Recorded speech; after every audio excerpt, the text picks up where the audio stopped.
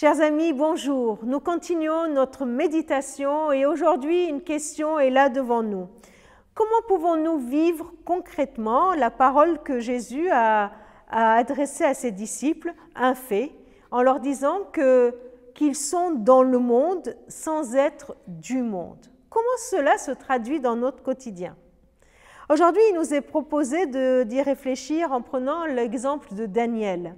Daniel, un jeune homme très doué qui a été arraché à sa famille, à sa culture, à son pays, à sa patrie, et il a été amené captif, esclave, en terre lointaine.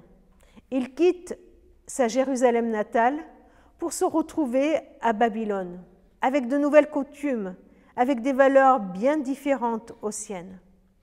Avec quelques-uns de ses amis, il est devant un choix: suivre l'ordre du roi, qui était de manger tout ce qui se trouvait sur la table du roi, ou rester fidèle aux prescriptions de la loi donnée par Moïse, qui lui interdisait de manger de la viande impure.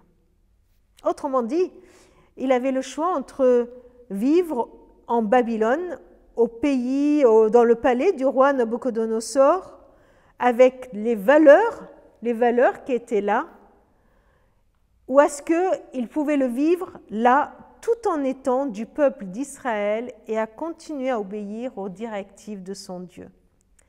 Au verset 8 du premier chapitre de Daniel, il nous est dit « Daniel prit la ferme résolution de ne pas se rendre impur en consommant la nourriture et le vin de la table royale. Il demanda donc au chef du personnel de ne pas l'obliger à se rendre impur. » Juste quelques indications pour nous aujourd'hui. Comment vivre dans ce monde sans être du monde? Daniel ne négocie pas, il ne cherche pas à faire des compromis. Il prend une ferme résolution. Il fait partie du peuple de Dieu. Nous aurons dans notre vie à prendre des résolutions dans des petits détails, dans les petites décisions de notre vie.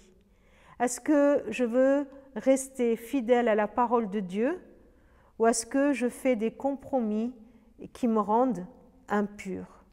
Ne pas trahir notre Seigneur, continuer à porter sa parole, à la suivre, à suivre le Christ partout et tout le temps, même si ce lieu, ce temps que je vis est difficile ou en opposition avec le Christ. Comme Daniel, je suis amenée à me positionner, à prendre une ferme résolution. La suite va nous encourager. Il est dit que Dieu permit que sa requête soit accueillie avec bienveillance et compréhension par le chef du personnel. Une fois que Daniel a pris cette résolution, Dieu a fait la suite. Il prend le relais. Il honore la résolution et la décision de cet enfant. Et nous verrons les conséquences. Daniel et ses amis étaient encore plus en forme que tous les autres en mangeant uniquement des légumes au lieu de déguster les mets succulents et pleins d'énergie de la table du roi. Quelle résolution tu vas prendre aujourd'hui? Quelle ferme résolution, toi et moi, nous aurons à prendre pour dire au Seigneur que nous ne sommes pas du monde, nous n'avons pas les valeurs du monde, même si nous sommes dans ce monde, et que nous voulons le suivre, lui, partout et tout le temps, dans la fidélité à sa parole. Seigneur, aiguise nos yeux pour voir où il y a des pièges et où il y a le compromis. Aiguise-nous, Seigneur, pour voir les pièges qui sont devant nous et parfois on ne se rend même pas compte qu'on t'a désobéi. Seigneur, donne-nous le courage comme Daniel de prendre la résolution de nous positionner pour toi et de ne pas trahir les valeurs du royaume de Dieu que tu nous donnes. Amen.